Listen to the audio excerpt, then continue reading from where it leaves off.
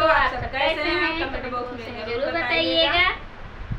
और दोस्तों आप सबके लिए बहुत ही धमाकेदार बहुत ही सुंदर गाना लेके आए हैं। गाना लेके आए हैं खुद तो देखा भाई लोग भाटा फोड़ दी कल बंडा फोड़ दी नहीं तब बस सिगरेट रखने लाते कहे पहले बंडा फोड़ दी। फुल वॉच करके ही सुनिएगा आप सब, उस गाने को तो समझ में आएगा इस गाने में क्या क्या है। ठीक है दोस्तों। रिम झिम बरसे बदरिया छुए पिया तो हरी मड़ैया ना। रिम झिम बरसे बदरिया छुए पिया तो हरी मड़ैया ना। भीगेला है पिया हमारी चुनरिया भीगेला है पिया हमारी चुनरिया।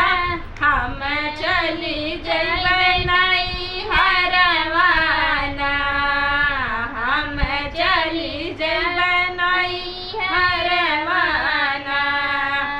रिम झिम बरसे बदरिया छुए पिया तो हरी मड़ैया ना। रिम झिम बरसे बदरिया छुए पिया तो हरी मड़ैया ना। कैसे के जाबू गोरी अपने नहीं हरवा कैसे के जाबू गोरी अपने नहीं हरवा। गंगा मैया मारे लीला हरियाना गंगा मैया मारे लीला हरियाना। रिम झिम बरसे बदरिया छुए पिया तो हरी मड़ैया ना।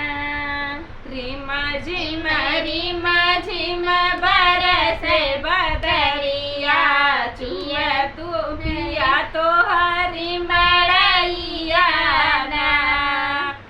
चंदन काट के नैया बनैबे चंदन काट के नैया बनैबे। चली जइबै हे पिया अपने नहीं हरवा जई गए मोर चुनरिया ना। चली जइबै हे पिया अपने नहीं हरवा भी गए मोर चुनरिया ना। रिम झिम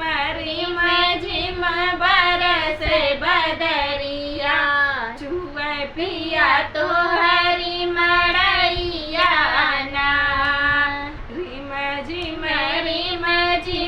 बरसे बदरिया छुए पिया तो हरी मड़ैया ना।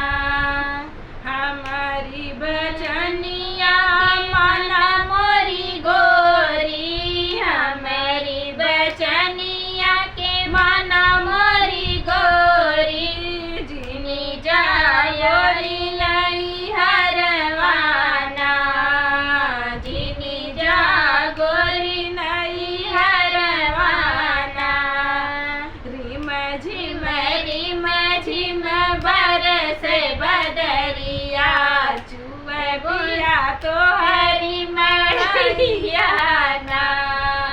रिम झिम बरसे बदरिया छुए पिया तो हरी मड़ैया ना। तोहरा के राखब गोरी दिल के भीतरिया तोहरा के राखब गोरी दिल के भीतरिया।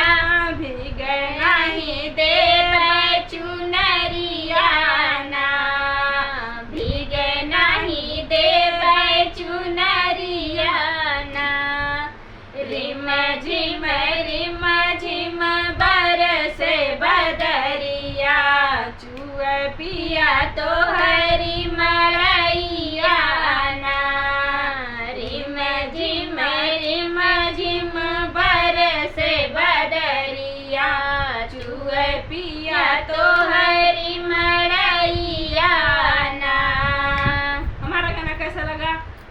बॉक्स में जरूर बताइएगा, और जो त्रुटि फ्रूटी होगी उसे माफ करिएगा। मिलते हैं नए गाने के साथ नेक्स्ट वीडियो में, तब तक के लिए धन्यवाद।